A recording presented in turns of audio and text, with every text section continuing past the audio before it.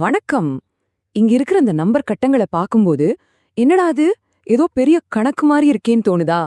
ஆனா உண்மையில சொல்லப்போனா இது ஒவ்வொன்னும் ஒரு சூப்பரான புதிர் மாதிரி. இதுக்குள்ள நிறைய ரகசியங்கள் ஒளிஞ்சிருக்கு.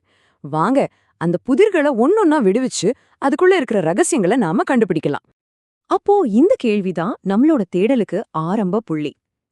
இந்த நம்பர் வரிசைக்குள்ள ஒளிஞ்சிட்டு இருக்கிற அந்த அமைப்பு என்ன, அதோட குணங்களை நம்ம எப்படி புரிஞ்சுக்கிறது? சரி, இந்த பகுதியில அந்த ரகசியங்களை துறக்கறதுக்கான சில சாவிகளை பத்தி தான் நம்ம பார்க்க போறோம். இவ்வளோ சிக்கலா தெரியற இந்த அணிகளை, அதாவது மேட்ரிசஸ புரிஞ்சுக்கிறதுக்கான ஸ்டெப் என்ன தெரியுமா? நீங்க ஆச்சரியப்படுவீங்க. அது ரொம்ப ரொம்ப சிம்பிள். அது வெறும் ஒரு சின்ன ஃபிளிப் தான், அதாவது ஒரு திருப்பம். வாங்க அந்த திருப்பம்னா என்னன்னு பாப்போம். நாம பார்க்க போற அந்த முதல் சாவிக்கு பேரு தான் இடமாற்று அணி, இங்கிலீஷ்ல சொன்னா டிரான்ஸ்போஸ். இந்த மேட்ரிக்ஸ் புதிரை விடுவிக்கிறதுல நாம செய்ய போற முதல் மூவ் இதுதாங்க. பாக்குறதுக்கு ரொம்ப சிம்பிளா இருந்தாலும் இது ரொம்பவே பவர்ஃபுல்லான ஒரு ஐடியா. ரொம்ப சிம்பிளா சொல்லணும்னா, ஒரு அணியோட டிரான்ஸ்போஸ் அப்படிங்கிறது அதோட படுக்கை வரிசைகள், அதாவது ரோஸை எல்லாம் தூக்கி நிக்க வைக்கிறது. அதாவது செங்குத்து வரிசைகளா, காலம்ஸா மாத்துறது.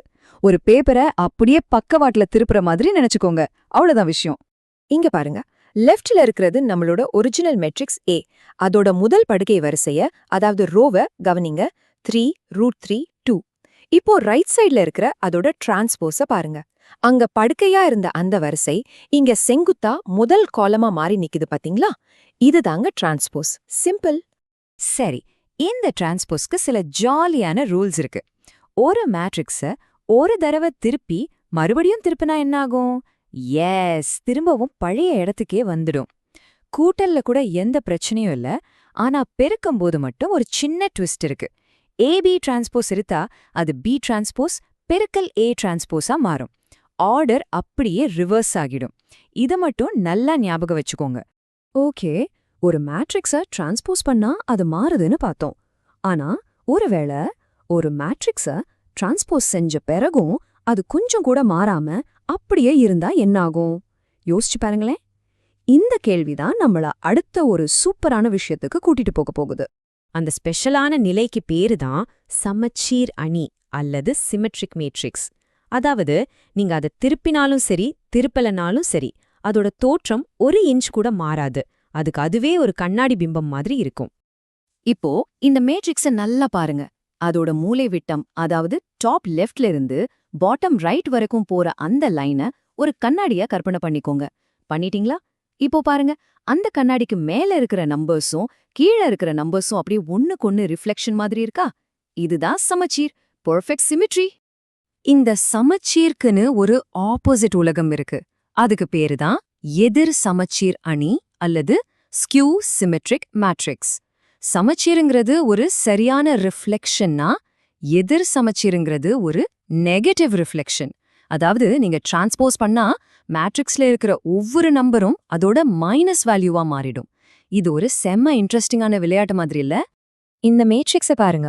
ஒரு ஸ்கியூ சிமெட்ரிக் மேட்ரிக்ஸை கண்டுபிடிக்க ரெண்டு க்ளூ தான். நம்பர் 1, அதோட மூலை விட்டத்துல, அதாவது டயகனல்ல இருக்கிற எல்லா நம்பரும் கண்டிப்பா 0வா தான் இருக்கணும்.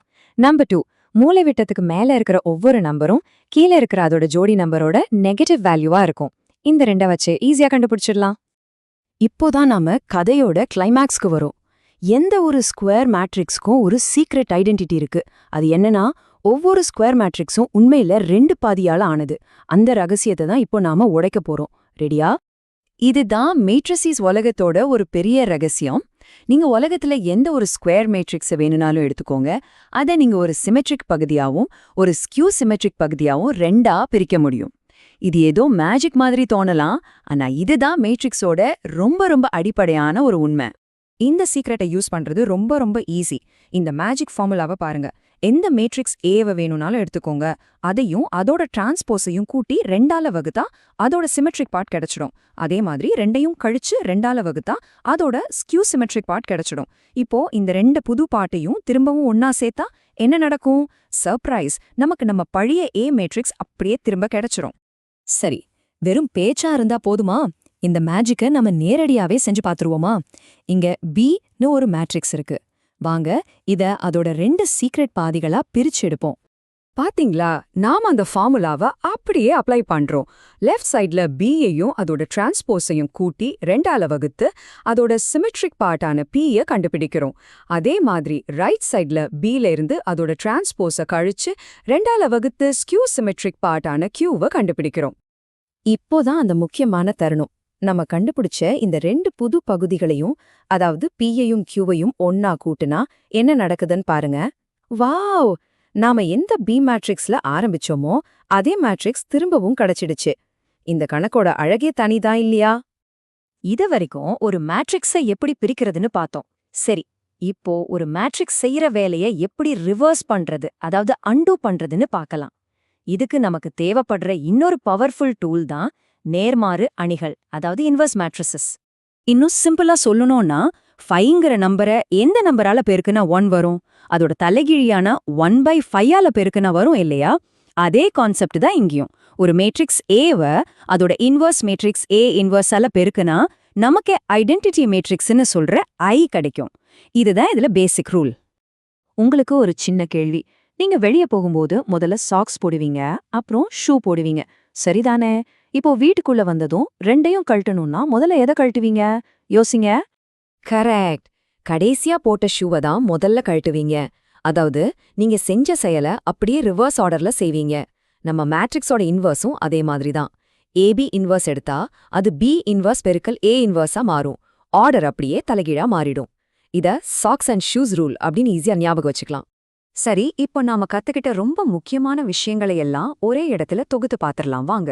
இத நீங்க உங்களோட மேட்ரிக்ஸ் ப்ராப்பர்ட்டி டூல் கிட்டன்னு நினைச்சுக்கலாம். இந்த டேபிள பாருங்க. நாம பேசின டிரான்ஸ்போஸ் ரூல்ஸ், ஒரு மேட்ரிக்ஸ் எப்ப சிமெட்ரிக்கா இருக்கும், எப்ப ஸ்கியூ சிமெட்ரிக்கா இருக்கும், அப்புறம் கடைசியா நாம பார்த்த அந்த ப்ராக்ஸ் அண்ட் ஷூஸ் இன்வர்ஸ் ரூல்னு எல்லாமே இதுல இருக்கு.